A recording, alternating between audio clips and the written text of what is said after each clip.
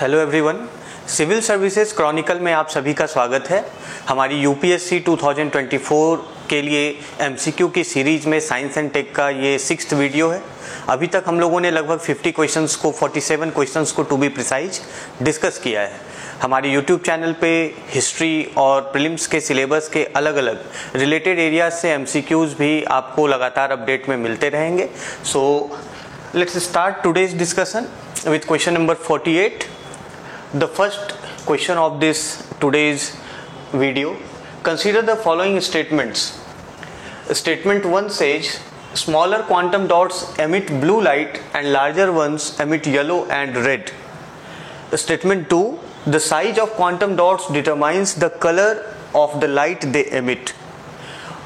Which one of the following is correct in respect of the above statements? The first option is both statement 1 and statement 2 are correct, and statement 2 is the correct explanation for statement 1. Option B says both statement 1 and 2 are correct and statement 2 is not the correct explanation for statement 1. Option C, statement 1 is correct but statement 2 is incorrect. And fourth option D, statement 1 is incorrect but statement 2 is correct. Hindi में इसी प्रश्न को देखिए। निम्नलिखित कथनों पर विचार कीजिए। कथन 1, छोटे क्वांटम डॉट्स नीले रंग का प्रकाश उत्सर्जित करते हैं और बड़े क्वांटम डॉट्स पीले और लाल रंग का प्रकाश उत्सर्जित करते हैं। दूसरा कथन है, क्वांटम डॉट्स का आकार उनके द्वारा उत्सर्जित प्रकाश के रंग को निर्धारित करता है। उपर्युक्त कथनों के विषय में निम्नलिखित में से कौन सा एक सही है? पहला विकल्प है कथन 1 और कथन 2 दोनों सही है तथा कथन 2 कथन 1 की सही व्याख्या है। दूसरा ऑप्शन है कथन 1 और 2 दोनों सही हैं तथा कथन 2 कथन 1 की सही व्याख्या नहीं है। तीसरा विकल्प है कथन 1 सही है किंतु कथन 2 गलत है।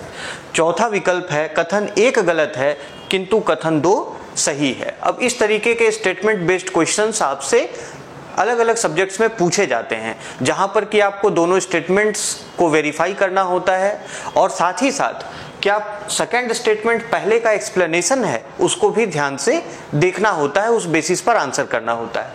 क्वांटम डॉट से क्वेश्चन क्यों रेज किया है? क्योंकि last year Nobel prize quantum dots के एरिया में रिसर्च के लिए दी गई थी, प्रदान की गई थी। और कई बार ऐसा होता है कि जो रिलेटेड साइंस एंड टेक में जो करंट डेवलपमेंट है सीधा सीधा वहां से प्रश्न आए, बल्कि उससे रिलेटेड जो थ्योरेटिकल एस्पेक्ट है या प्रैक्टिकल एस्पेक्ट है उससे क्वेश्चन पूछा जा सकता है। तो इसीलिए क्वांटम डॉट से हम लोगों ने ये क्वेश्चन को लिया है और ये इंपॉर्टेंट टॉपिक है। आप इस तरीके के टॉपिक्स को छोड़ नहीं सकते हैं, यूपीएससी प्रीलिम्स हो या स्टेट पीसीएस का एग्जामिनेशन। अब स्टेटमेंट को देखिए, smaller quantum dots emit blue light and the larger ones emit yellow and red. अब इसमें कहा जा रहा है कि क्वांटम डॉट की साइज के आधार पर वो जो है प्रकाश को उत्सर्जित कर रहे हैं। पहला स्टेटमेंट क्या है? Smaller quantum dots emit blue light. जो छोटे क्वांटम डॉट होते हैं वो ब्लू लाइट एमिट करते हैं और बड़े क्वांटम डॉट येलो और रेड लाइट एमिट करते हैं। अगर आपको स्पेसिफिकली पता है इस केस में तो आप ऐसे प्रश्न को सही कर सकते हैं, अन्यथा अगर आपको पता नहीं है then with some element of risk you can attempt the question. किस तरीके से? दूसरे स्टेटमेंट को पढ़िए, क्वेश्चन को पूरा पढ़ लीजिए, उसके बाद ये डिसाइड कीजिए कि आपको अटेम्प्ट करना है या नहीं करना है। दूसरा स्टेटमेंट पढ़िए, the size of quantum dots determines the colour of light they emit. अब आपको ये नहीं लगता कि सेकेंड स्टेटमेंट जो है वो पहले स्टेटमेंट को एक्सप्लेन कर रहा है? अगर आपको इंफॉर्मेशन ये स्पेसिफिकली नहीं भी है तो आप केवल इस दोनों स्टेटमेंट को पढ़ के यह एस्टिमेट कर सकते हैं कि पहला स्टेटमेंट को सेकंड स्टेटमेंट एक्सप्लेन कर रहा है। पहला स्टेटमेंट क्या कहता है कि जो छोटे डॉट हैं वो ब्लू लाइट एमिट करते हैं और जो बड़े डॉट हैं वो येलो और रेड लाइट एमिट करते हैं। दूसरा स्टेटमेंट क्या कह रहा है कि क्वांटम डॉट का आकार उनके द्वारा उत्सर्जित प्रकाश के रंग को निर्धारित करता है। तो दोनों इंटर रिलेटेड है, कोरिलेशन है दोनों स्टेटमेंट में, और दूसरा स्टेटमेंट पहले को एक्सप्लेन करता है। So in this type of questions जहां पर आपको सटीक तरीके से पता ना भी हो पर आप with some element of risk attempt कर सकते हैं। और हम लोगों ने जैसा चर्चा किया इसमें ऑप्शन ए करेक्ट है, option A is the correct answer. Nobel prize की हम लोगों ने बात की लास्ट ईयर 2023 में। केमिस्ट्री का Nobel prize Moungi G Bawendi, Louis E Brus और एलेक्सी एकिमोव को क्वांटम डॉट्स की एरिया में रिसर्च करने के लिए ही दिया गया था, for their ground breaking discovery and synthesis of quantum dots. उन्होंने क्वांटम डॉट्स की डिस्कवरी और सिंथेसिस के लिए काम किया था, उसी कारण से उनको पिछले साल का रसायन शास्त्र के क्षेत्र में नोबेल पुरस्कार प्राप्त हुआ। इसीलिए ये एरिया इंपॉर्टेंट हो जाता है। और क्वांटम डॉट्स क्या है अगर हम बात करें तो क्वांटम डॉट्स नैनो साइज के पार्टिकल्स होते हैं, नैनो स्केल के पार्टिकल्स होते हैं, जिनका आकार 1 से 100 नैनोमीटर्स तक हो सकता है। और ये इतने छोटे पार्टिकल्स होते हैं नैनो स्केल पे, चूंकि हम जानते हैं मैटर की प्रॉपर्टी बहुत अलग होती है जो हम अपने फिजिकल वर्ल्ड में मैटर की प्रॉपर्टी को पाते हैं। इसीलिए उन पर्टिकुलर प्रॉपर्टीज को नैनो स्केल पर पार्टिकल के पर्टिकुलर प्रॉपर्टी को हम हार्डनेस करके विभिन्न टेक्नोलॉजिकल एप्लीकेशंस में उनका इस्तेमाल कर सकते हैं। ये क्वांटम डॉट की खूबसूरती है। और जैसा हम लोगों ने बात किया कि क्वांटम डॉट किस कलर का लाइट एमिट करेगा वो उनके साइज पर ही डिपेंड करता है। तो थोड़ा सा अगर आप इसमें अपने माइंड को अप्लाई करेंगे द क्वेश्चन बिकम्स ईजियर। लेकिन अगर आप बस देख के ही इसको थोड़ा घबरा से जाएंगे कि क्वांटम डॉट मैंने पढ़ा नहीं है, तो हो सकता है आप शायद छोड़ दें। So some amount of favourable risk is also important to take in the examination, particularly prelims examination. चलिए, now coming to question number 49. Consider the following with respect to an invention in context of patents in India.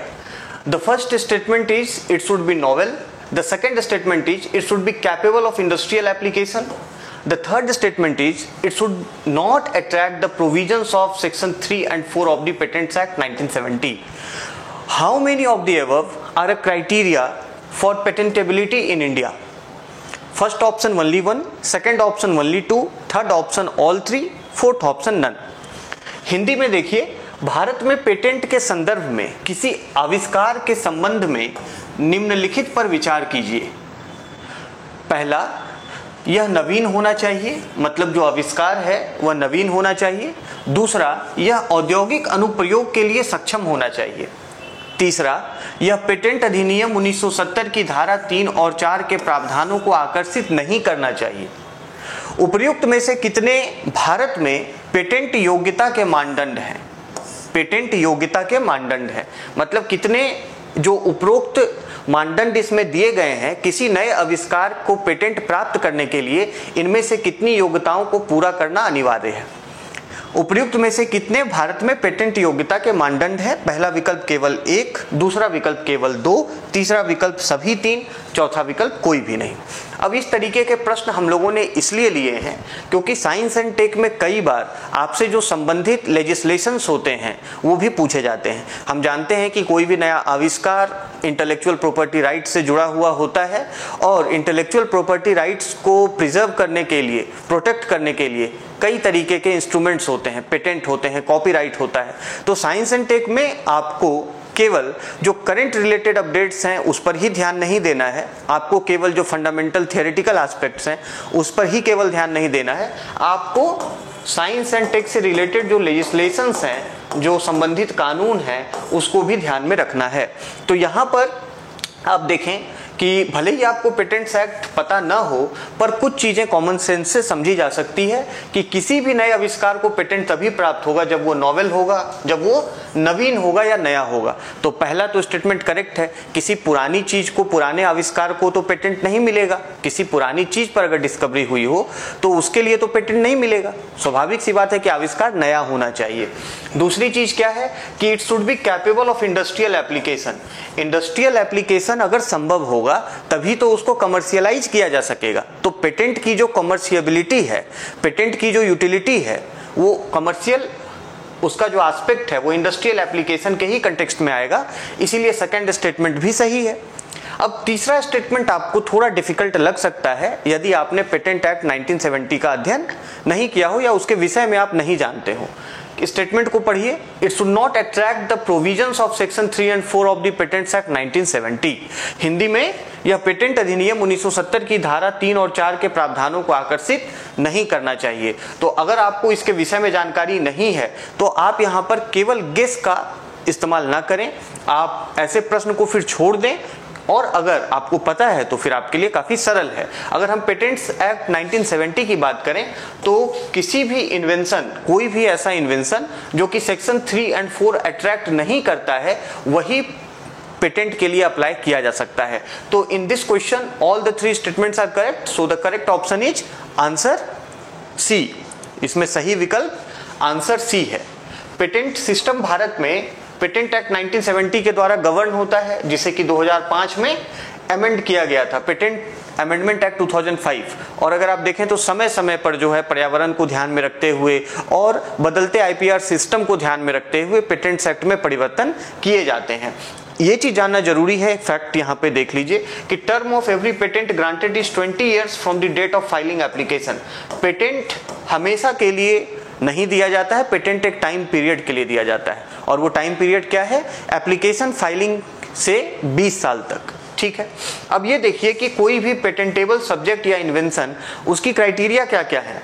It should be novel, जैसा हम लोगों ने बात किया, नया होना चाहिए, इसमें कुछ इन्वेंटिव स्टेप्स होने चाहिए। ऐसा नहीं कि कोई बहुत ऑब्वियस सी चीज आपने कर दी हो और आपको उसका पेटेंट मिल जाएगा, उसमें कुछ नया आविष्कार होना चाहिए, कोई चीज नॉन ऑब्वियस होनी चाहिए।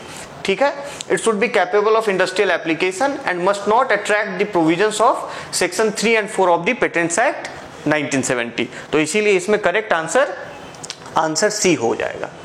Now coming to question number 50, consider the following statements again. Recently announced Vigyan Ratna award are at par with the Padma and other national awards.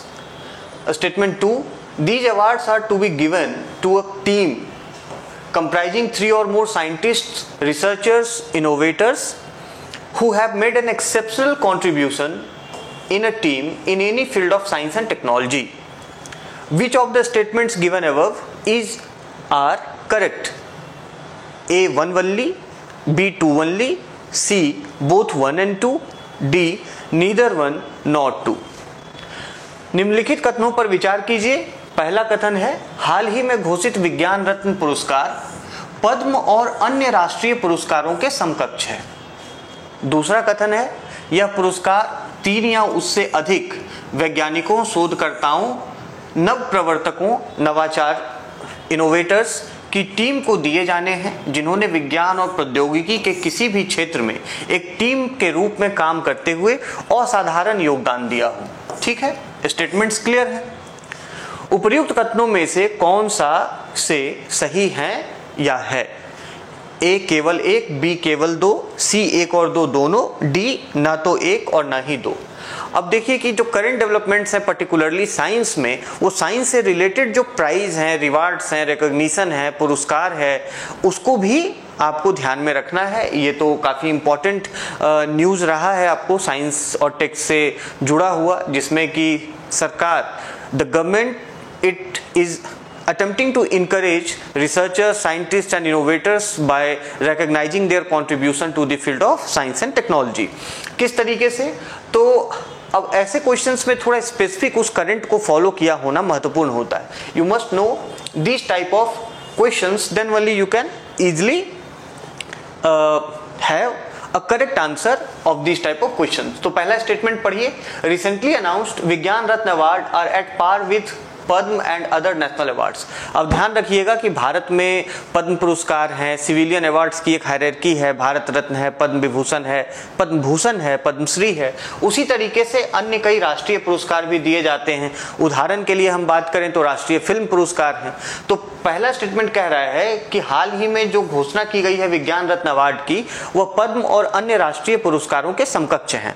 तो हम ये समझ सकते हैं कि सरकार के द्वारा घोषणा की गई है और विज्ञान के क्षेत्र में लोगों के कंट्रीब्यूशन को रिकॉग्नाइज करने की बात है। तो पहला स्टेटमेंट सही है, यह पद्म और दूसरे नेशनल अवार्ड्स के समकक्ष है, ताकि इन पुरस्कारों के जरिए वैसे लोगों को इनकरेज किया जा सके जिन्होंने काफी व्यापक और महत्वपूर्ण योगदान विज्ञान और तकनीक के क्षेत्र में दिया है। अब दूसरा स्टेटमेंट पढ़िए, these awards are to be given to a team comprising 3 or more scientist, researchers, innovators who have made exceptional contribution working in a team. अब यहाँ पे देखिए, अगर आपको स्पेसिफिकली पता नहीं है इन विज्ञान रत्न अवार्ड्स के बारे में, तो बहुत संभावना है कि आप गलत कर देंगे और यहाँ पर कोई गेस वर्क काम नहीं करेगा। विज्ञान रत्न अवार्ड जो है वो इंडिविजुअल्स को दिए जाने हैं, विज्ञान रत्न अवार्ड इंडिविजुअल्स को दिए जाने हैं, टीम को नहीं दिया जाना है। इसीलिए ये जो स्टेटमेंट है ये गलत है और the correct answer will be one only. इसका सही उत्तर है विकल्प 1, ऑप्शन 1। अभी हाल में विज्ञान और तकनीक मंत्रालय ने राष्ट्रीय विज्ञान पुरस्कार की घोषणा की थी। राष्ट्रीय विज्ञान पुरस्कार जो कि पद्म और अन्य राष्ट्रीय पुरस्कारों के समकक्ष होगा। ठीक है, इसीलिए हमारा जो पहला कथन है वो सही है।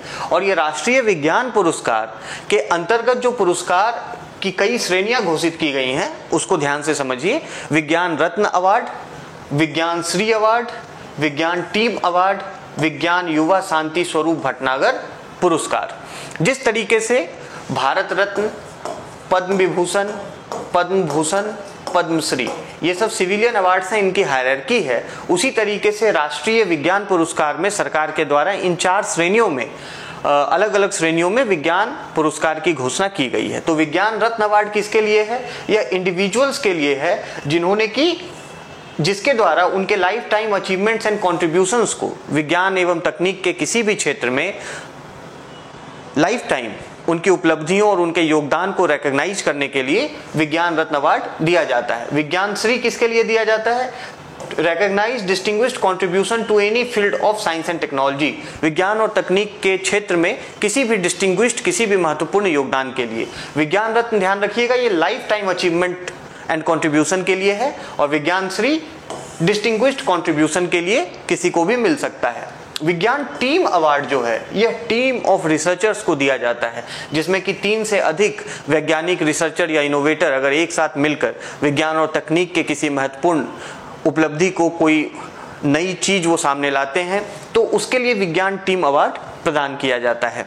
विज्ञान युवा शांति स्वरूप भटनागर पुरस्कार, these are the highest multidisciplinary science awards in India for the young scientist maximum 45 years. तो शांति स्वरूप भटनागर के नाम पर यह पुरस्कार है। अधिकतम 45 वर्ष के व्यक्ति को यह पुरस्कार मिलता है। इसका मुख्य उद्देश्य है जो युवा वैज्ञानिक हैं उनको प्रोत्साहित करना। और मल्टी डिसिप्लिनरी साइंस अवार्ड्स हैं, वो साइंस के मल्टीपल डिसिप्लिन्स में काम करते हुए कुछ उन्होंने अगर रिमार्केबल अचीवमेंट किया हो उसके लिए यह पुरस्कार दिया जाता है। तो आप इसको ध्यान में रखिएगा, यह इस बार के प्रीलिम्स के लिए और अलग अलग स्टेट पीसीएस एग्जामिनेशंस के लिए महत्वपूर्ण है। क्वेश्चन नंबर 51 पर आ जाएं। Consider the following statements. Reverse osmosis RO doesn't have the ability to eliminate pathogens from water। ये देखिए RO सिस्टम की बात कर रहा है। Statement 2 is reverse osmosis RO process can cause loss of essential minerals such as calcium and magnesium present in water. Which of the statements given above is are incorrect. इसको जरूर ध्यान में रखिएगा, incorrect. Option A 1 only, option B 2 only, option C both 1 and 2, option D neither 1 not 2। Hindi में पढ़ें। निम्नलिखित कथनों पर विचार कीजिए। पहला, उत्क्रम परासरण रिवर्स ऑस्मोसिस में पानी से रोगाणुओं को खत्म करने की क्षमता नहीं होती है। उत्क्रम परासरण, हिंदी में रिवर्स ऑस्मोसिस को उत्क्रम परासरण कहते हैं। RO में पानी से रोगाणुओं को खत्म करने की क्षमता नहीं होती है।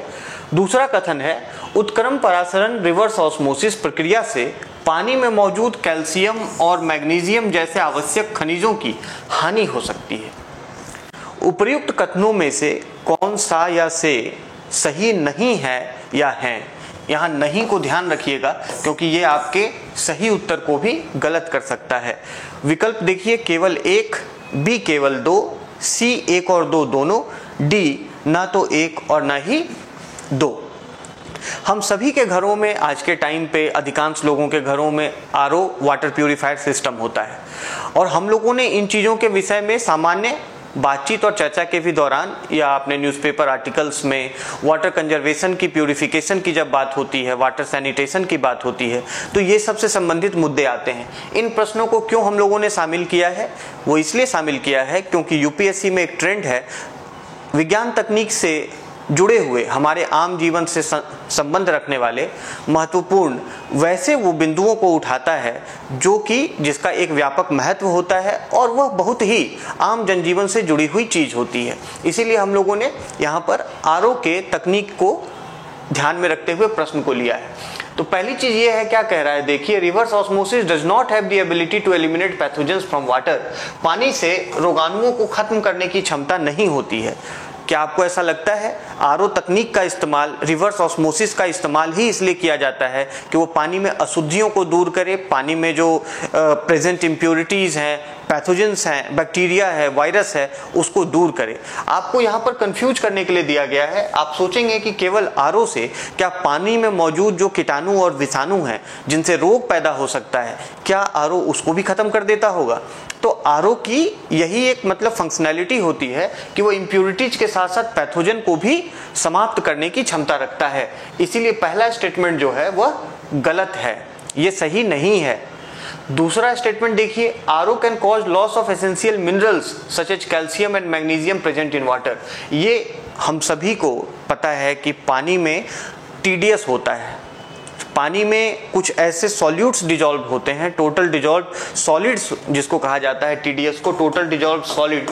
कुछ ऐसे मिनरल्स होते हैं जो हमारी शरीर के लिए इंपॉर्टेंट होते हैं और नेचुरली पानी में वो खनिज, वो मिनरल्स प्रेजेंट होते हैं। परंतु आरओ सिस्टम में जब हम पानी को फिल्टर करते हैं, प्यूरिफाई करते हैं, तो वैसे खनिज, वैसे मिनरल्स का लॉस हो जाता है। क्योंकि फिल्टरेशन के प्रोसेस में वैसे मिनरल्स भी फिल्टर आउट हो जाते हैं। उससे हमारे शरीर में nutritional deficiency, particularly micro nutritional deficiency उत्पन्न हो सकती है। तो सेकेंड स्टेटमेंट करेक्ट है और हम लोगों ने ये देखा भी है कि वाटर में एक सर्टेन टीडीएस लेवल को मेंटेन करना ड्रिंकिंग वाटर के लिए बहुत आवश्यक होता है। तो सेकंड स्टेटमेंट सही है। तो इसमें से कौन सा स्टेटमेंट सही नहीं है? इसमें केवल पहला स्टेटमेंट सही नहीं है। और प्रश्न क्या पूछ रहा है? कौन सा सही नहीं है? तो कौन सा इसमें हो जाएगा? Option A only. सही विकल्प इसमें ए ओनली हो जाएगा। The first option is correct. RO ऐसे क्या है? हम जानते हैं कि एक वाटर प्यूरिफिकेशन प्रोसेस है जो कि पानी से, जल से एक सेमी परमिएबल मेम्ब्रेन, एक ऐसी झिल्ली का जो सेमी परमिएबल हो, उसका इस्तेमाल करते हुए वाटर प्यूरिफिकेशन को करती है।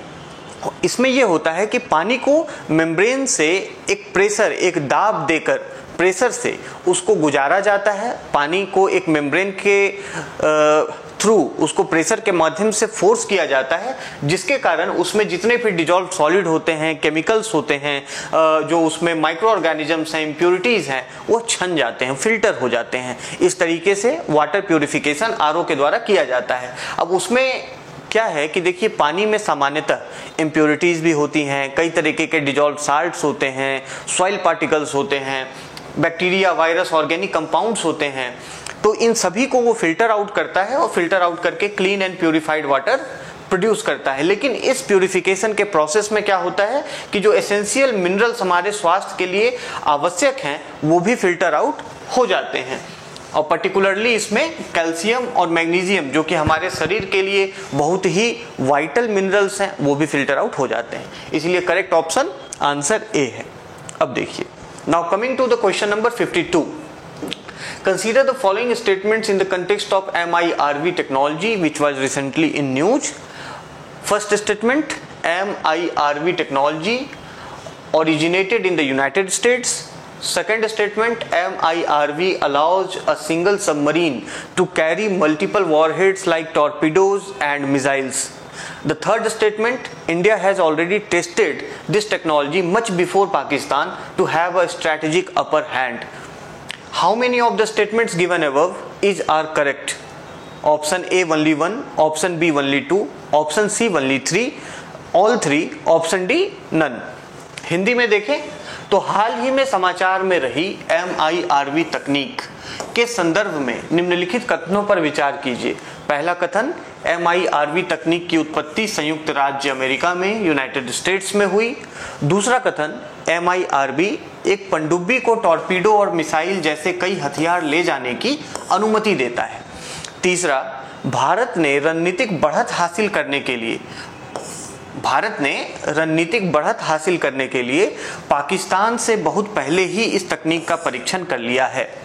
ये 3 स्टेटमेंट्स हैं।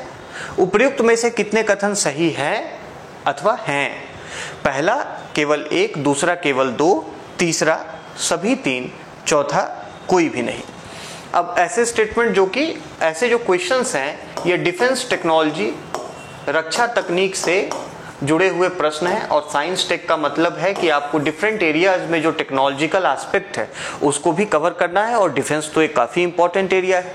तो हाल फिलहाल में MIRV तकनीक काफ़ी ज़्यादा चर्चा में रही थी, विशेषकर रक्षा तकनीक के मामले में।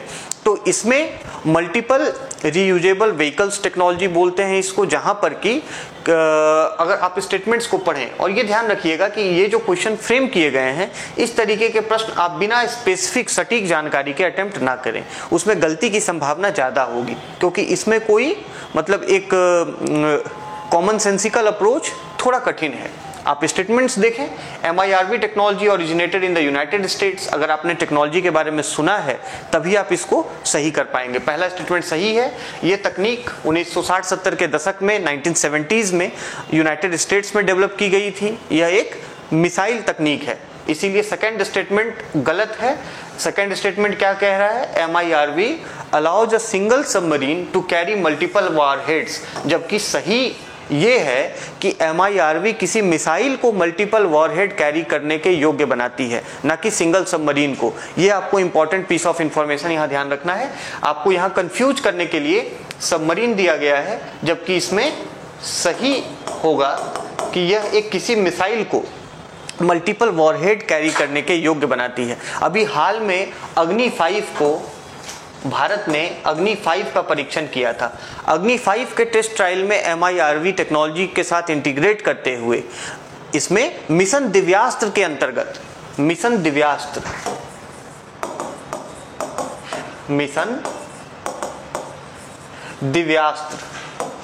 के अंतर्गत अग्नि 5 मिसाइल में MIRV तकनीक को इंटीग्रेट कर उसमें मल्टीपल वॉरहेड ले जाने की क्षमता विकसित करने के लिए ट्रायल किया गया था, इसीलिए हम लोगों ने इसको शामिल किया है।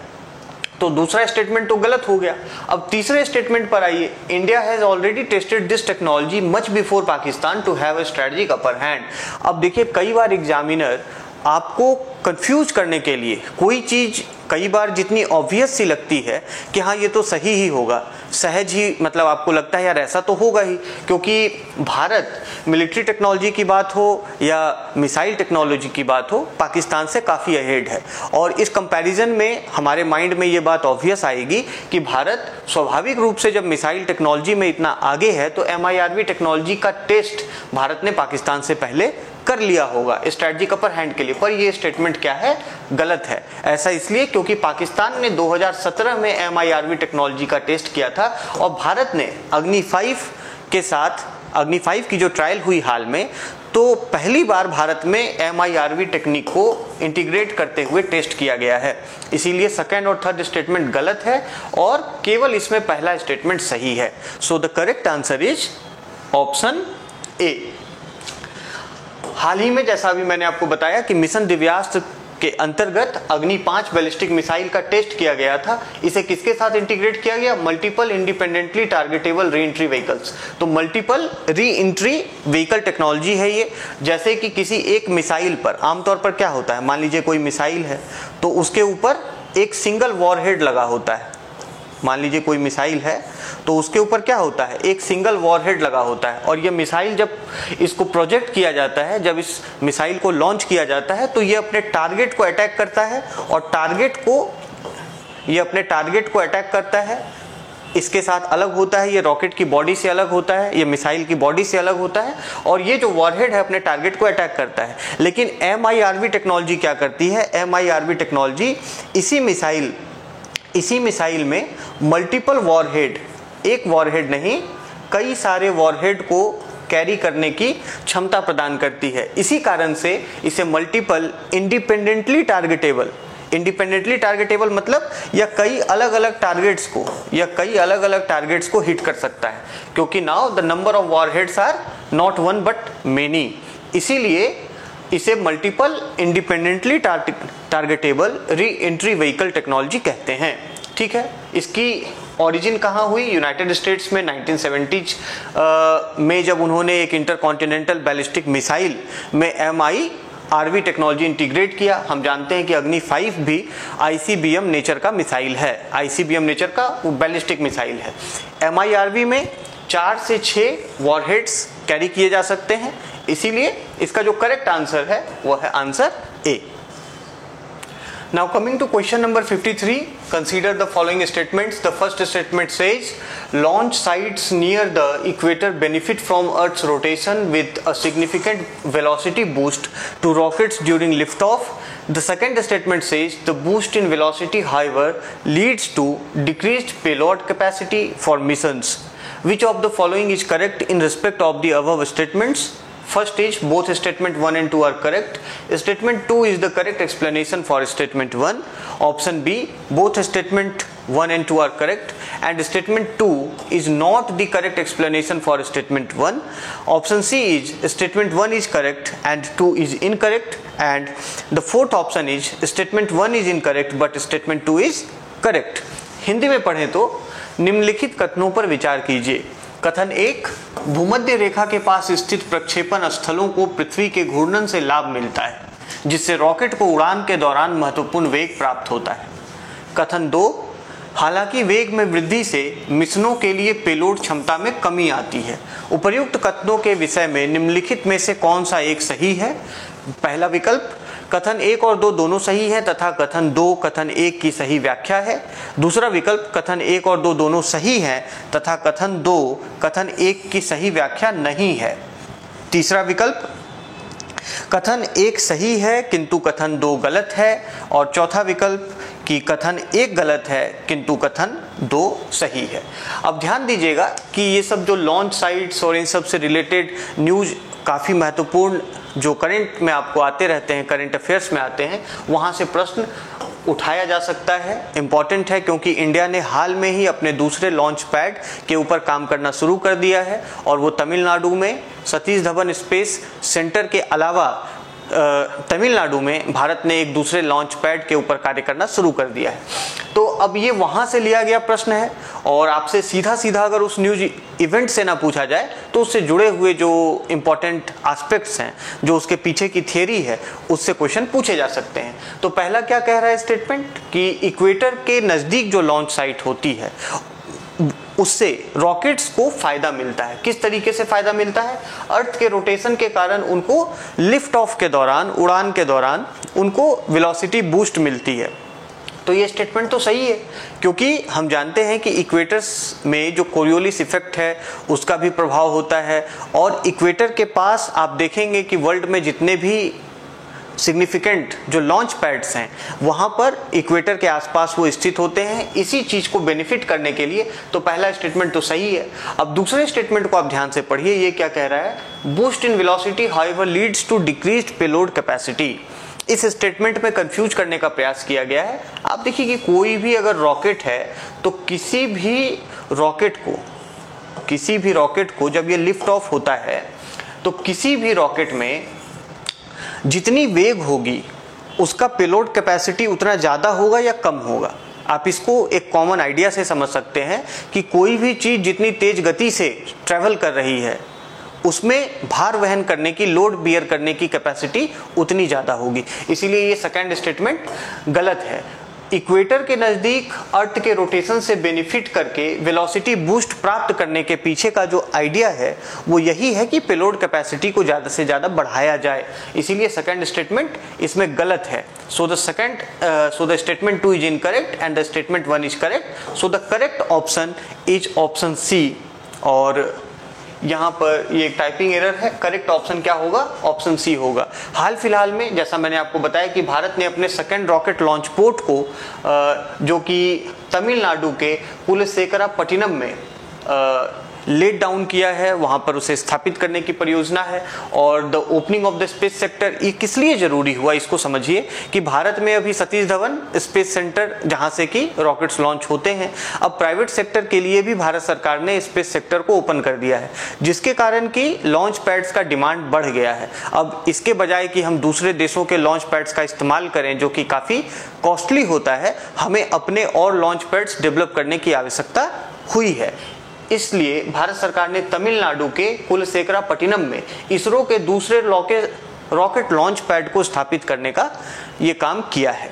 अब ये देखिए कि सतीश धवन स्पेस सेंटर सार श्रीहरिकोटा में अभी भारत के वर्तमान में जो रॉकेट लॉन्च पैड के रूप में यह एकमात्र लॉन्च पैड है, सतीश धवन स्पेस सेंटर। लेकिन और एक बात यह भी है कि सतीश धवन स्पेस सेंटर भी ये कुलशेखरा पट्टिनम के ही तरह इक्वेटर के ही नज़दीक स्थित है।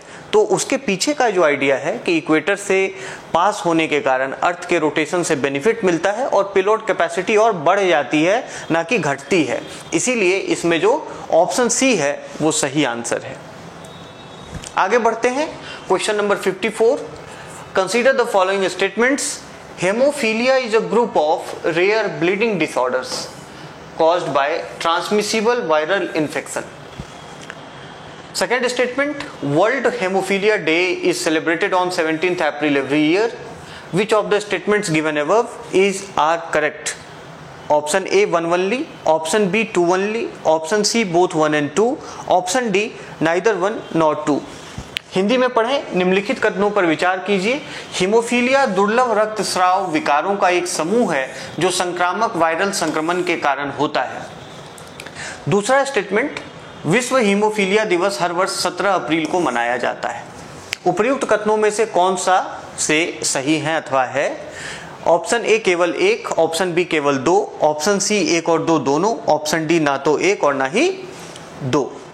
अब देखिए कि ऐसे क्वेश्चंस, ये हेल्थ से जुड़ा हुआ, डिजीज से जुड़ा हुआ एक क्वेश्चन है और हाल फिलहाल में इसको लेके कुछ इंपॉर्टेंट डेवलपमेंट्स हुए थे, इसी कारण से हम लोगों ने इसको शामिल किया है।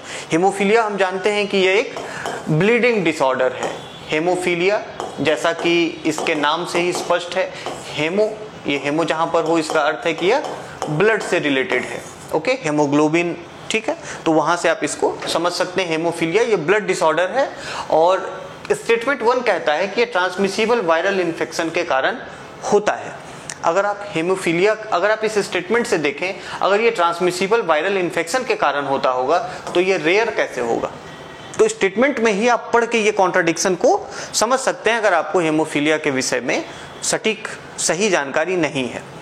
कोई भी वायरल इन्फेक्शन रेयर, उसके दुर्लभ होने की संभावना कम होगी, क्योंकि अगर वो ट्रांसमिसिबल है, एक से दूसरे में फैल सकता है, तो वैसे केसेस कॉमन हो जाएंगे, ठीक है, वो रेयर नहीं रह जाएगा। तो it is a group of rare bleeding disorder. ये किसके कारण होता है? यह एक जेनेटिक इशू के कारण होता है। यह ट्रांसमिसिबल नहीं है, इसको ध्यान दीजिएगा। हेमोफीलिया ट्रांसमिसिबल नहीं है, यह जेनेटिक डिसऑर्डर है। तो पहला स्टेटमेंट गलत हो जाएगा। रेयर ब्लीडिंग डिसऑर्डर है, यहां तक स्टेटमेंट सही है, पर ट्रांसमिसिबल वायरल इन्फेक्शन के कारण नहीं होता है, इसीलिए पहला स्टेटमेंट गलत है। दूसरा स्टेटमेंट, ध्यान दीजिए कि आजकल आपसे यूपीएससी प्रीलिम्स में या स्टेट पीसीएस में कहीं और यूपीएससी प्रीलिम्स में डेज भी पूछे जाने लगे हैं स्टेटमेंट्स में। जैसे इंटरनेशनल मदर लैंग्वेज डे के बारे में आपसे पूछा गया था, 2 साल पहले क्वेश्चन पूछा गया था। तो world haemophilia day is celebrated on 17th April every year. It is a correct statement. So the right answer is which of the statements given above are correct. तो इसमें सही कौन सा है? 2 only. So the correct option is option B. अब देखिए ये news में क्यों है, क्योंकि भारत ने हाल फिलहाल में ही हेमोफीलिया ए की जीन थेरेपी के लिए एक ह्यूमन क्लिनिकल ट्रायल कंडक्ट किया था भारत ने। अच्छा, हेमोफीलिया ए जो है, haemophilia A it is a type of haemophilia, the most prevalent type of haemophilia, और इसको ट्रीट करने के लिए एक जीन थेरेपी ट्रीटमेंट का क्लिनिकल ट्रायल भारत के द्वारा किया गया था, इसीलिए यह न्यूज में था। और ट्रायल कहाँ किया गया था? सीएमसी वेलोर में, which is a distinguished medical institute. अब देखिए कि हेमोफीलिया क्या है, तो यह एक रेयर ब्लीडिंग डिसऑर्डर है। किसके कारण होता है? यह कॉन्जेनाइटल डेफिशिएंसी के कारण होता है इन स्पेसिफिक क्लॉटिंग फैक्टर्स। इसमें खून की जो क्लॉटिंग की नेचर है, हमारे जो ह्यूमन बॉडी में ब्लड के क्लॉटिंग की नेचर है, वो इससे प्रभावित हो जाती है सर्टेन फैक्टर्स के अभाव में। The most prevalent form is haemophilia A. किस कारण हेमोफीलिया होता है? यह एक क्रूशियल ब्लड क्लॉटिंग प्रोटीन की डिफिशियंसी के कारण होता है, ठीक है। यह एक ब्लड क्लॉटिंग प्रोटीन की कमी के कारण होता है। उस प्रोटीन का नाम है फैक्टर 8। फैक्टर 8, इसकी कमी क्यों हो जाती है? ये कमी माता या पिता से प्राप्त जो जेनेटिक जो हमारे शरीर के जीन्स हैं, ये हमारे हेरिडिटरी जेनेटिक इशूज के कारण हेमोफीलिया की समस्या व्यक्ति को हो सकती है। और 17 अप्रैल को हर वर्ष विश्व हेमोफीलिया दिवस मनाया जाता है। किस लिए मनाया जाता है? क्योंकि वर्ल्ड फेडरेशन ऑफ हेमोफीलिया के जो फाउंडर थे, संस्थापक थे, फ्रैंक स्नैबल, इनके सम्मान में वर्ल्ड हेमोफीलिया डे 17 अप्रैल को मनाया जाता है। इसलिए correct answer is answer B. Now coming to question number 55। Simpler question, आसान है। और the national science day is celebrated on 28 February every year. In India it is celebrated to commemorate which of the following? Option A Raman effect, option B Pokhran 1 nuclear test, option C launch of Aryabhata satellite, option D Pokhran 2 nuclear test. Hindi में पढ़िए। भारत में प्रतिवर्ष 28 फरवरी को राष्ट्रीय विज्ञान दिवस मनाया जाता है। ठीक है, यह निम्नलिखित में से किसकी याद में मनाया जाता है? पहला विकल्प रमन प्रभाव, दूसरा पोखरण 1 परमाणु परीक्षण, तीसरा आर्यभट्ट उपग्रह का प्रक्षेपण, चौथा पोखरण 2 परमाणु परीक्षण। It is a relatively simpler question और कई बार सिंपल फैक्ट्स को हम लोग इग्नोर करते हैं। नेशनल साइंस डे क्वेश्चन में ही लिखा हुआ 28 फरवरी को प्रतिवर्ष मनाया जाता है। हम लोगों ने शामिल क्यों किया है? क्योंकि अब डेट्स के ऊपर भी यूपीएससी क्वेश्चन पूछ रहा है, जैसा मैंने आपको पीछे के भी क्वेश्चन में बताया। तो जब भी आप पढ़ते हो तो इंपॉर्टेंट डेट्स को आप ध्यान में रखें। सभी डेट को याद कर पाना संभव भी नहीं है, लेकिन जो इंपॉर्टेंट डेट्स हैं, अब जैसे राष्ट्रीय विज्ञान दिवस है, किस दिन मनाया जाता है, क्यों मनाया जाता है, थोड़ा उसका बैकग्राउंड आपको पता होना चाहिए। सो जिनको पता है, ये सिंपल क्वेश्चन है कि यह रमन इफेक्ट को कॉमेमोरेट करने के लिए मनाया जाता है।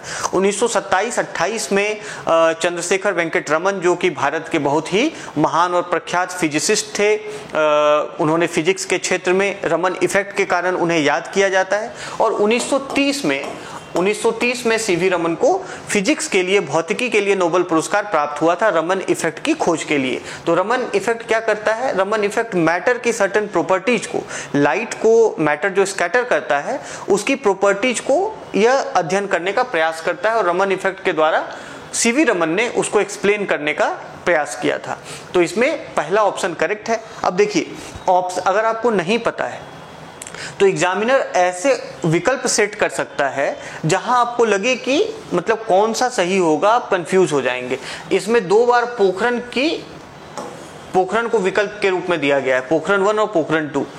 कई बार जो ट्रिक और टैक्टिक्स लगा के क्वेश्चन सॉल्व करते हैं, उनको ये लगता है कि अगर 4 ऑप्शन में से 2 या 3 अगर सिमिलर टाइप के हैं तो बहुत संभावना है कि उसी में से कोई एक होगा। ऐसा नहीं होता है हर हमेशा। वहां पर आपको सही अगर पता हो आंसर तो उसको अटेम्प्ट करें, अन्यथा उसको छोड़ दें। सो the correct answer is answer A. National science day 28 फरवरी को मनाया जाता है। 1928 में सीवी रमन ने रमन इफेक्ट की डिस्कवरी की थी। 1930 में नोबेल प्राइज मिला था। रमन इफेक्ट क्या है? यह एक तरीका है यह जानने के लिए कि पदार्थ किस तरीके से लाइट की स्कैटरिंग करते हैं। हम जानते हैं कि मैटर लाइट को रिफ्लेक्ट भी करता है, लाइट को रिफ्रैक्ट भी करता है और लाइट की स्कैटरिंग भी करता है। और लाइट के स्कैटरिंग का एक बहुत ही कॉमन एग्जांपल है कि आपको पानी का रंग जो है वो नीला दिखता है। तो पानी का रंग नीला क्यों दिखता है, या पृथ्वी जो है वो अंतरिक्ष से नीली क्यों दिखती है? तो उसका जो कारण है वो रमन इफेक्ट के कारण है, स्कैटरिंग ऑफ लाइट के कारण है। आसमान का रंग हमें नीला दिखता है, ठीक है, तो लाइट के स्कैटरिंग का ये सब एग्जाम्पल है। किसी भी पदार्थ पर लाइट को अगर डाला जाए तो हर पदार्थ अलग अलग तरीके से लाइट को स्कैटर करता है। तो स्कैटर्ड लाइट को हम स्टडी करके वो कौन सा पदार्थ है उसका पता लगा सकते हैं, ठीक है। तो रमन इफेक्ट को ही कॉमेमोरेट करने के लिए आपको नेशनल साइंस डे मनाया जाता है। किस लिए मनाया जाता है? ताकि देश में इन जनरल कंट्री में साइंटिफिक टेम्पर डेवलप हो, साइंस एंड टेक्नोलॉजी और रिसर्च के प्रति लोगों में और ज़्यादा उत्साह बढ़े और ज़्यादा उन्हें प्रोत्साहन प्राप्त हो, ठीक है। तो एक चीज़ और ध्यान रखिए, कई बार आपसे थीम्स भी पूछे जाते हैं इंपॉर्टेंट डेज के। तो 2024 का जो नेशनल साइंस डे 28 फरवरी को मनाया गया, उसका थीम क्या था? इंडिजिनस टेक्नोलॉजी फॉर विकसित भारत। इंडिजिनस टेक्नोलॉजी फॉर विकसित भारत, इसको ध्यान में रखिएगा। आगे बढ़ते हैं, question number 56। Consider the following statements with respect to the Harit Nauka initiative which was recently in news. First statement says India's first solar cell powered inland waterway vessel was launched under this initiative. First solar cell powered inland waterway vessel was launched under this initiative. Second statement, the vessel has been built at the Cochin shipyard. The vessel has been built at Cochin shipyard. Which of the statements given above are correct? सही कौन सा है? Option A 1 only, option B 2 only, option C both 1 and 2, option D neither 1 nor 2. हाल ही में समाचारों में रही हरित नौका पहल के संबंध में निम्नलिखित कथनों पर विचार कीजिए। पहला कथन है, इस पहल के तहत भारत का पहला सोलर सेल संचालित अंतर्देशीय जलमार्ग पोत लॉन्च किया गया था। दूसरा कथन, इस पोत का निर्माण कोचिन शिपयार्ड में किया गया है। उपर्युक्त कथनों में से कौन सा से सही है अथवा है? विकल्प ए केवल 1, विकल्प बी केवल 2, विकल्प सी 1 और 2 दोनों, विकल्प डी ना तो 1 और ना ही 2। महत्वपूर्ण किस लिए है ये? क्योंकि हरित नौका पहल ये ट्रांसपोर्टेशन के लिए इम्पॉर्टेंट रहा है। साइंस एंड टेक में किस तरीके से ये इम्पॉर्टेंट है आप इसके डिस्कशन में अभी समझ जाएंगे। तो ऐसे जो करेंटली न्यूज़ में इम्पॉर्टेंट डेवलपमेंट्स रहे हैं उससे प्रश्न मोस्ट एक्सपेक्टेड होते हैं, तो आप इन टॉपिक्स को छोड़ नहीं सकते। अब अगर आपको नहीं पता हो, कॉमन सेंस अप्लाई करके आप बना सकते हैं। हरित नौका इनिशिएटिव की बात है तो ऐसा तो है नहीं कि नाव को हरा बना दिया गया होगा। जब भी अगर हम हरित किसी भी चीज़ की बात करते हैं, हरित क्रांति की बात करते हैं, हरित ऊर्जा की बात करते हैं, तो कहीं ना कहीं हम एफिशिएंसी को इम्प्रूव करने की बात करते हैं, रिन्यूएबल्स की बात करते हैं। हम किसकी बात करते हैं? रिन्यूएबल्स की बात करते हैं। हरित ऊर्जा क्या होता है? रिन्यूएबल एनर्जी होता है। तो अगर आप उससे इसको जोड़कर देखें तो ये सीधी सी बात है कि रिन्यूएबल एनर्जी का इस्तेमाल करते हुए जो नेविगेशन है, आपको नौका की बात की जा रही है, शिप्स हैं, बोट्स हैं। नौका हम किसे कहते हैं? नाव को कहते हैं। बोट्स हैं तो उनके नेविगेशन और ट्रांसपोर्टेशन को हम ग्रीन एनर्जी के द्वारा, रिन्यूएबल एनर्जी के द्वारा इसमें समझ सकते हैं। पहला स्टेटमेंट क्या कह रहा है कि first solar cell powered inland waterway vessel. आपको अगर पता हो तो ये स्टेटमेंट गलत है, क्योंकि हाइड्रोजन सेल का इस्तेमाल करते हुए, हाइड्रोजन फ्यूल सेल का इस्तेमाल करते हुए हरित नौका पहल के अंतर्गत भारत के पहले इनलैंड वाटरवे वेसल को शुरुआत किया गया है। अब आप इसको कैसे समझ सकते हैं ये देखिए कि चूंकि सोलर सेल की तकनीक कोई बहुत नई तकनीक तो है नहीं, तो इतने देर बाद कोई ऐसी नौका जो कि सोलर सेल से संचालित हो, सौर ऊर्जा से संचालित हो, वो अभी के समय तो नहीं आएगी, क्योंकि वो तकनीक काफी पुरानी हो चुकी है। तो पहला स्टेटमेंट इस तरीके से कॉमन सेंस से आप गलत कर सकते हैं। दूसरा स्टेटमेंट काफी स्पेसिफिक है, नहीं पता हो अटेम्प्ट मत करिए। The second statement is correct, so the right answer is B 2 only। केवल दूसरा जो कथन है वो सही है। नाउ अभी भारत ने हाल में ही हाइड्रोजन फ्यूल सेल से पावर्ड एक इनलैंड वाटरवे वेसल को फ्लैग किया गया, हरी झंडी दिखाई गई और हरित नौका पहल के अंतर्गत, हरित नौका इनिशिएटिव के अंतर्गत इसे लॉन्च किया गया था। तो इससे क्या होगा कि अर्बन मोबिलिटी जो है आसान हो जाएगी। इनलैंड वाटरवेज में, नदियों में परिवहन को, जो रिवराइन ट्रांसपोर्ट है उसको बढ़ावा मिलेगा। साथ ही साथ इसमें जो इनलैंड वाटरवेज हैं उसके थ्रू आवागमन आसान हो जाएगा। भारत की हम जानते हैं कि नेट जीरो कमिटमेंट्स हैं, तो नेट जीरो कमिटमेंट्स को मीट करने के लिए यह पहल आवश्यक है। किसके द्वारा यह पहल शुरू किया गया है हरित नौका पहल? तो ministry of ports, shipping and waterways के द्वारा शुरू किया गया है, जिसने कि इसके संबंध में गाइडलाइंस भी जनवरी 2024 में जारी की थी। और उन गाइडलाइंस में क्या है, क्या जो लक्ष्य रखे गए हैं कि सभी राज्यों को पहल करने हैं कि inland waterways based passenger fleets में, जो उनके यहाँ इनलैंड वाटरवेज में पैसेंजर फ्लीट्स हैं, नावें हैं, उनमें कम से कम 50% ग्रीन फ्यूल्स का इस्तेमाल करें, हरित ईंधन का इस्तेमाल करें, यानी कि रिन्यूएबल एनर्जी का इस्तेमाल करें। और 2045 तक 100% जो उनका inland waterway based passenger fleet है वो 100% फ्लीट ग्रीन फ्यूल से पावर्ड हो। और आने वाले 10 वर्षों में टारगेट 50 साल का रखा गया है। अगर हम 2024 से बात करें तो मान के चलिए कि 2034-35 तक जो टारगेट रखा गया है वो 50% का है और 2045 तक ये टारगेट 100% का रखा गया है। टारगेट किस चीज का? कि जो इनलैंड वाटरवे वेजल्स हैं, बोट हैं, वो 100% ग्रीन फ्यूल से, हरित ईंधन से संचालित किए जाएं, पावर्ड हों। ध्यान में रखिएगा, ये एक इंपॉर्टेंट टॉपिक है। Coming to question number 57, consider the following. First, generating unique and innovative art. Second, creating surrealistic dream-like images. Third, composing original music in various genres and styles. Fourth, generating new medical images and simulations. How many of the above can be an application of generative artificial intelligence, GAI? Option A only 1, option B only 2, option C only 3, option D all 4. निम्नलिखित पर विचार कीजिए। अद्वितीय और अभिनव कला का सृजन करना पहला। दूसरा, अति यथार्थवादी स्वप्न जैसे चित्र सृजित करना। तीसरा, विभिन्न विद्याओं और शैलियों में मूल संगीत की रचना करना। चौथा, नए मेडिकल इमेज और सिमुलेशन बनाना। उपरोक्त में से कितने जनरेटिव आर्टिफिशियल इंटेलिजेंस GAI का अनुप्रयोग हो सकते हैं? विकल्प पहला है केवल 1, दूसरा केवल 2, तीसरा केवल 3, चौथा केवल 4। अब इस तरीके से आपसे AI से जुड़े हुए प्रश्न पहले भी UPSC प्रीलिम्स में पूछे गए हैं और एप्लीकेशंस के भी संबंध में पूछे गए हैं। तो AI से अब जो दुनिया है वह जनरेटिव आर्टिफिशियल इंटेलिजेंस में फास्ट और रैपिड रिसर्च की तरफ बढ़ रही है।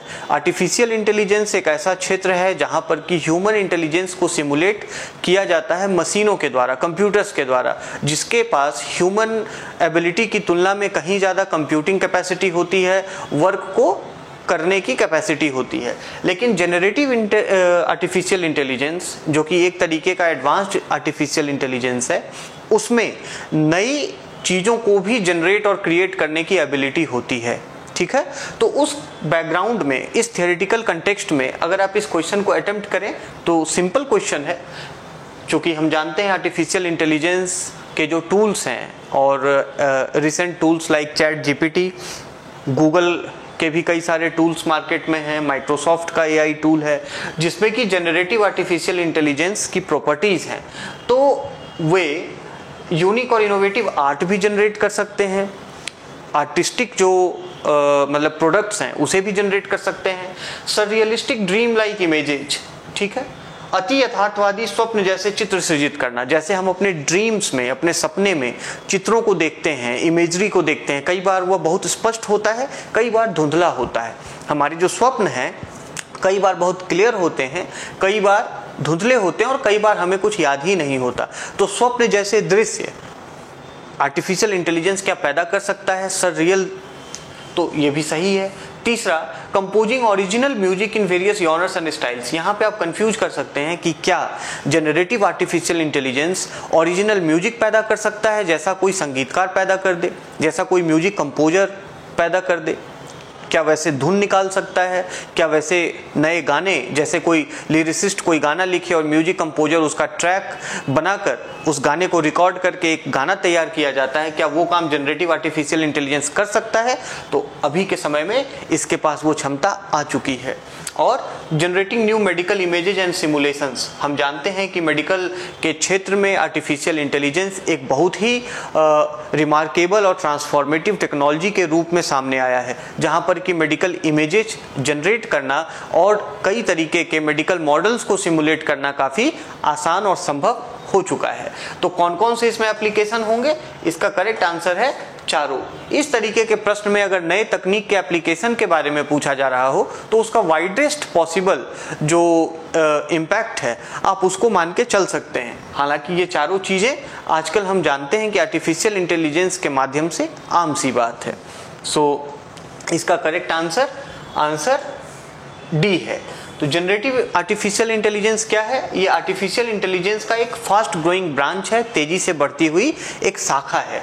इसमें क्या होता है कि यह न्यू कंटेंट को जनरेट करने पर फोकस करता है। इसका नाम ही इसीलिए जनरेटिव आर्टिफिशियल इंटेलिजेंस है, क्योंकि यह नए कंटेंट को सृजित करने के ऊपर इसका ज़्यादा इम्फेसिस है। किस तरीके के कंटेंट, चाहे वो इमेजेस हो, चित्र हो, ऑडियो हो, संगीत हो, टेक्स्ट हो, based on patterns and rules learn from data models के माध्यम से यह पैटर्न्स को समझता है और उन पैटर्न्स की समझ के अनुसार खुद से नए नए कंटेंट जनरेट करता है। और क्योंकि large amount of data required होता है इस तरीके के जनरेटिव इंटेलिजेंस के लिए, इसीलिए इसमें बहुत ज़्यादा एनर्जी भी लगती है। हम जानते हैं कि आर्टिफिशियल इंटेलिजेंस को लेकर एक जो प्राइमरी कंसर्न अभी के टाइम पे है वह एनर्जी कंजम्पशन को लेकर है। ठीक है, तो उसको भी आप ध्यान में रखिएगा। इसका करेक्ट आंसर ऑप्शन डी। आगे बढ़ते हैं, क्वेश्चन नंबर 58।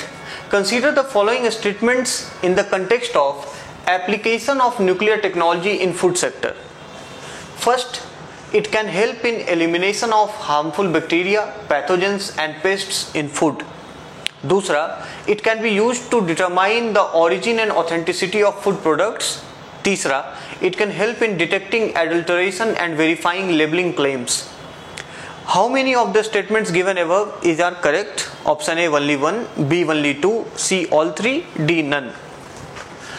खाद्य क्षेत्र में परमाणु प्रौद्योगिकी के अनुप्रयोग के संदर्भ में निम्नलिखित कथनों पर विचार कीजिए।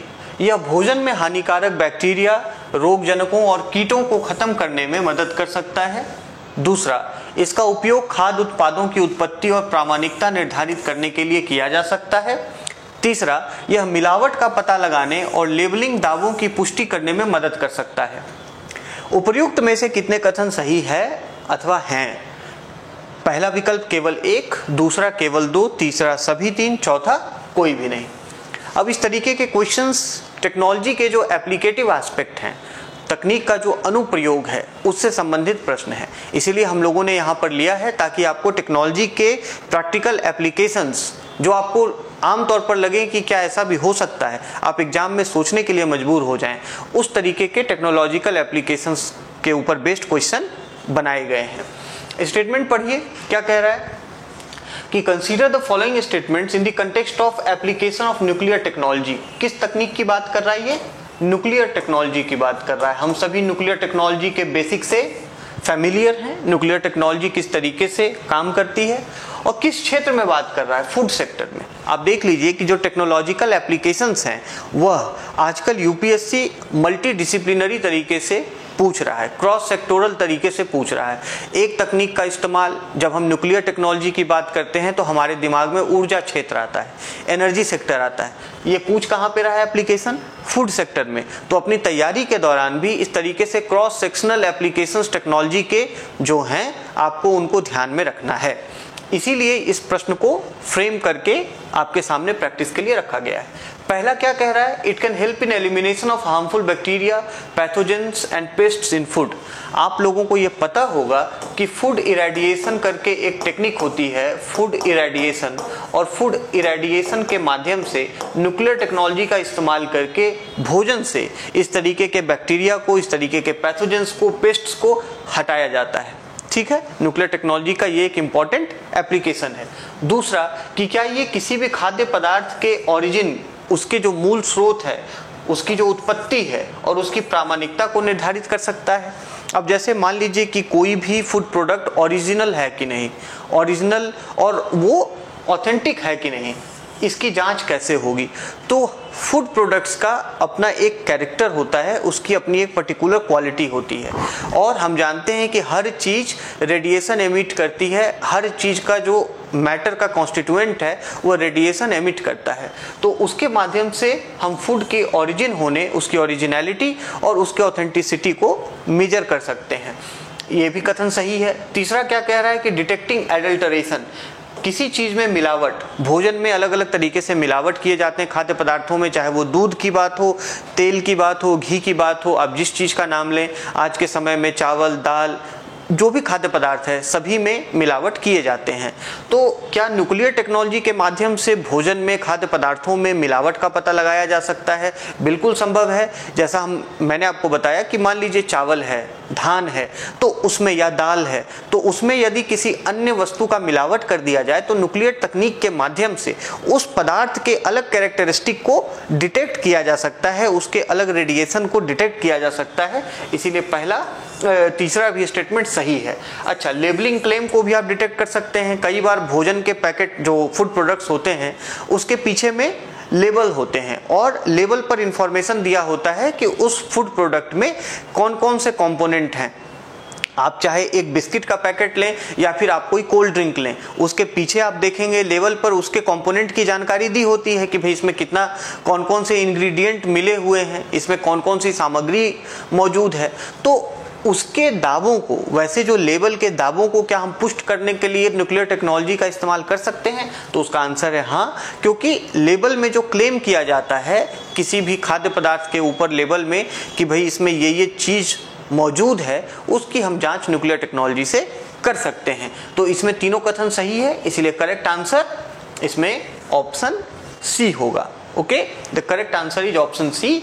और ये प्रश्न क्यों उठाया गया है? हाल ही में फूड एंड एग्रीकल्चर ऑर्गेनाइजेशन और इंटरनेशनल एटॉमिक एनर्जी एजेंसी दोनों के द्वारा एक सिंपोजियम ऑर्गेनाइज की गई थी अंतर्राष्ट्रीय स्तर पर, safe food for a better life करके। ध्यान रखिएगा, इस तरीके के प्रश्न पूछे जा सकते हैं जहां पर कि अंतर्राष्ट्रीय स्तर पे कृषि खाद्य एवं कृषि संगठन FAO यूनाइटेड नेशंस से संबद्ध एजेंसी है और अंतर्राष्ट्रीय एटॉमिक एनर्जी एजेंसी IAEA दोनों ने एक ज्वाइंट इंटरनेशनल सिंपोजियम किया था और उसका टाइटल क्या था? Safe food for a better life. ठीक है, बेहतर जीवन के लिए सुरक्षित भोजन। और उसमें इंफेसिस किस चीज पे था? उसमें इंफेसिस फूड सेफ्टी को मैनेज और कंट्रोल करने के लिए न्यूक्लियर टेक्नोलॉजी के महत्व पर था। अंतर्राष्ट्रीय सिंपोजियम था, महत्वपूर्ण विषय है, इसीलिए यहां से प्रश्न आपसे अपेक्षित हो सकते हैं। सिंपोजियम में न्यूक्लियर टेक्नोलॉजी के फूड सिक्योरिटी में, खाद्य सुरक्षा में जो उसकी पोटेंशियल है, खाद्य सुरक्षा को सुनिश्चित करने के लिए, उसके ऊपर चर्चा की गई, उसके ऊपर एक अंतर्राष्ट्रीय चर्चा की गई है। अब देखिए कि फूड इरेडिएशन की हम लोग बात कर रहे थे, तो यह एक ऐसी प्रक्रिया है जिसके माध्यम से कि आयोनाइजिंग रेडिएशन का इस्तेमाल करके भोजन को एक्सपोज किया जाता है। मतलब आयोनाइजिंग रेडिएशन भोजन पर, खाद्य पदार्थ पर डाला जाता है, जिससे कि आपको जो हानिकारक बैक्टीरिया हैं, विषाणु हैं, रोगजनक हैं, उनका नाश हो जाता है। तो इस तरीके से ये भोजन के, आप कह सकते हैं कि सेफ्टी को, खाद्य पदार्थों की सेफ्टी को बढ़ाते हैं और फूड सिक्योरिटी को प्रमोट करते हैं। साथ ही साथ चूंकि हम जानते हैं पैथोजेंस और बैक्टीरिया किसी भी खाद्य पदार्थ को खराब करते हैं। कोई भी खाद्य पदार्थ खराब जल्दी से कैसे होता है? उसकी सेल्फ लाइफ कम कैसे हो जाती है? वो पेरिसेबल होता है और नेचर में मौजूद जो माइक्रो ऑर्गेनिजम्स हैं उनके एक्शन के कारण, उनके गतिविधियों के कारण खाद्य पदार्थ जो है वो खराब हो जाता है, समय से हम उसका उपयोग नहीं कर सकते। दूध देखिए, अगर आपने उबाल के भी छोड़ दिया हो तो एक समय के बाद वो खराब हो जाता है। लेकिन न्यूक्लियर टेक्नोलॉजी के द्वारा भोजन के, खाद्य पदार्थों के हम सेल्फ लाइफ को बढ़ा सकते हैं। किस तरीके से बढ़ा सकते हैं? रेडिएशन के माध्यम से उसमें जो मौजूद विषाणु हैं, माइक्रो ऑर्गेनिज्म हैं, उनको नष्ट करके बढ़ा सकते हैं और इस तरीके से उनकी कंजम्पशन सेफ्टी को बेहतर कर सकते हैं। तो ये आपको इसका करेक्ट आंसर है, आंसर सी। अब इसी से एक जुड़ा हुआ प्रश्न जो एक्सप्लेनेशन में भी हम लोगों ने देखा, atoms for food, a joint initiative to tackle global hunger and enhance food security is a collaboration of food and agriculture organization and which of the following? Option A international atomic energy agency, option B nuclear energy agency, option C United Nations atomic energy commission UNAEC, option D European atomic energy community Euratom. वैश्विक भूख से निपटने और खाद्य सुरक्षा बढ़ाने के लिए एक संयुक्त पहल एटम्स फॉर फूड, खाद्य और कृषि संगठन FAO और निम्नलिखित में से किसके बीच सहयोग है? पहला विकल्प अंतर्राष्ट्रीय परमाणु ऊर्जा एजेंसी IEAE और दूसरा ऑप्शन नाभिकीय ऊर्जा एजेंसी NEA, तीसरा विकल्प संयुक्त राष्ट्र परमाणु ऊर्जा आयोग, चौथा विकल्प यूरोपीय परमाणु ऊर्जा समूह यूरेटम।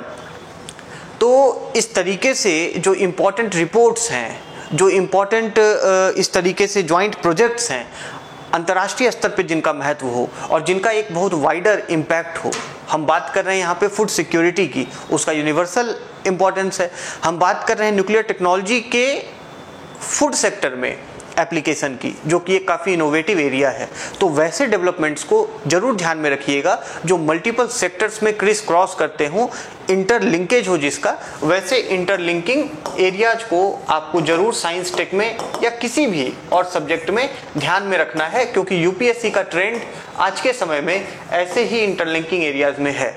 तो अभी हम लोगों ने एक्सप्लेनेशन के भी दौरान देखा प्रीवियस क्वेश्चन के, इसका करेक्ट आंसर होगा इंटरनेशनल एटॉमिक एनर्जी एजेंसी, अंतर्राष्ट्रीय परमाणु ऊर्जा एजेंसी। एटम्स फॉर फूड को ध्यान में रखिएगा, ये एक ज्वाइंट इनिशिएटिव, ज्वाइंट पहल है खाद्य एवं कृषि संगठन और अंतर्राष्ट्रीय परमाणु ऊर्जा एजेंसी के बीच में।